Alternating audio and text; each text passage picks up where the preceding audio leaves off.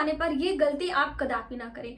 धीरे धीरे आपके पुण्यों का क्षय होता है, और जब हमारे पुण्य का क्षय होता है तो राजा भी भिखारी बन जाता है। ऐसा आप सभी ने कथाओं में, कहानियों में अक्सर सुना है। तो आपको अपने पुण्यों को क्षय नहीं होने देना है। उसके लिए कुछ बातों को जरूर गौर करना है, ध्यान देना है, और इन गलतियों को कदापि नहीं दोहराना है। क्या क्या वो चीजें हैं, एक एक करके हम जानते हैं। सबसे पहले तो आप जब भी मंदिर जाएं तो बिना स्नान किए मंदिर कभी नहीं जाना चाहिए। मंदिर की प्रतिमाओं को भी बिना स्नान किए स्पर्श नहीं करना चाहिए, इससे हमारे पुण्यों का क्षय होता है। और दूसरी अहम बात, ज्यादातर लोग गलतियां करते हैं, बिना भेंट लिए, देवी देवताओं के लिए कुछ उपहार बिना लिए हम मंदिर में प्रवेश करते हैं। ऐसी भी गलती हमें नहीं करनी चाहिए। यदि किसी कारण से आप मंदिर में चले ही गए हैं तो आप देवताओं को दक्षिणा भेंट में दें। देवताओं की दान पेटी में जो उनके लिए रखी गई है, वहां पर कुछ दक्षिणा ही आप भेंट करें। ऐसा करने से भी आपके पुण्यों का क्षय नहीं होता है। एक बहुत बड़ी गलती ज्यादातर लोग करते हैं, भाव बस परिक्रमा करते समय देवी देवताओं को पीछे से प्रणाम करना, यानी कि जो उनके मंदिर का पीछे वाला हिस्सा होता है वहां पर जाकर प्रणाम करते हैं। देवी देवताओं को हमेशा सामने से प्रणाम करना चाहिए, पीछे से कभी नहीं करना चाहिए। वहीं पर आप जब भी देवताओं को प्रणाम करें, एक हाथ का इस्तेमाल ना करें। ज्यादातर लोग एक हाथ से मनुष्यों को या गुरुओं को, पुरोहितों को, देवी देवताओं को प्रणाम करते हैं। ऐसी गलती आप ना करें।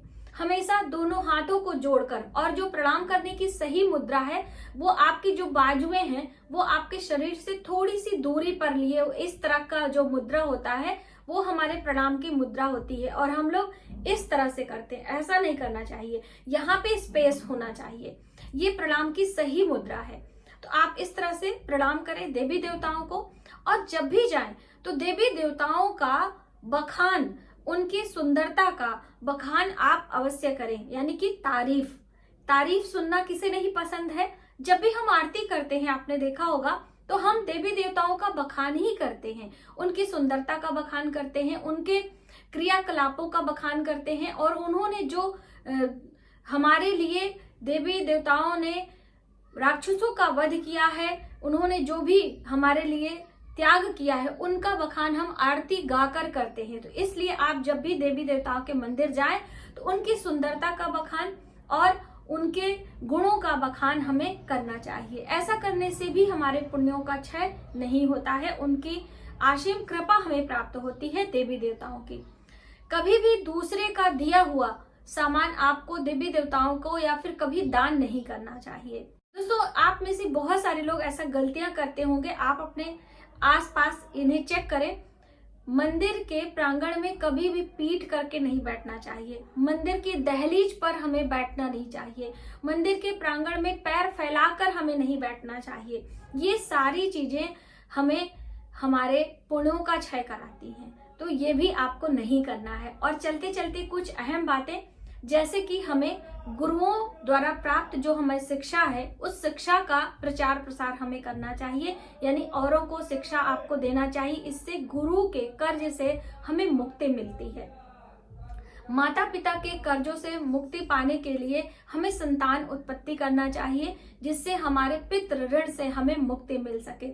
इस धरती पर जो हमारे भूगर्भ हैं, इनसे हम जीवन यापन करने के लिए बहुत सारी चीजें लेते हैं। तो धरती के कर्ज को उतारने के लिए हमें प्रकृति की सेवा करनी चाहिए और पेड़ पौधों को लगाना चाहिए। ये धरती के कर्ज चुकाने का एक सबसे बेहतरीन तरीका है। तो ये आप जरूर करें। अपने घर में कुछ गमले लगा के रखें। खेती बाड़ी यदि आप करते हैं तो अति उत्तम है, वरना अपने बच्चों के लिए बाग बगीचे भी लगाकर, ऐसा करने से भी हमारे पुण्यों का क्षय नहीं होता है और धरती का कर्ज हम चुका पाते हैं।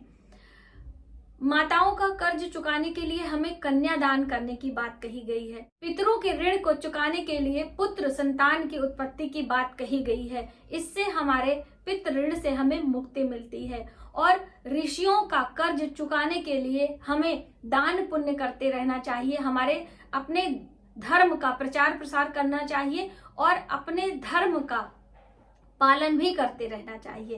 तो इस तरह से कुछ कर्ज होते हैं जो कि हमारे जीवन में हमारे जन्म से ही हमें मिलते हैं। तो आप इन कर्जों को भी चुकाते रहें, जिससे आपके पुण्यों का कभी क्षय ना हो।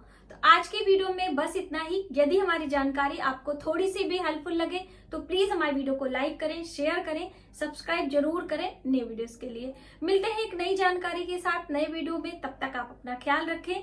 जय माता दी।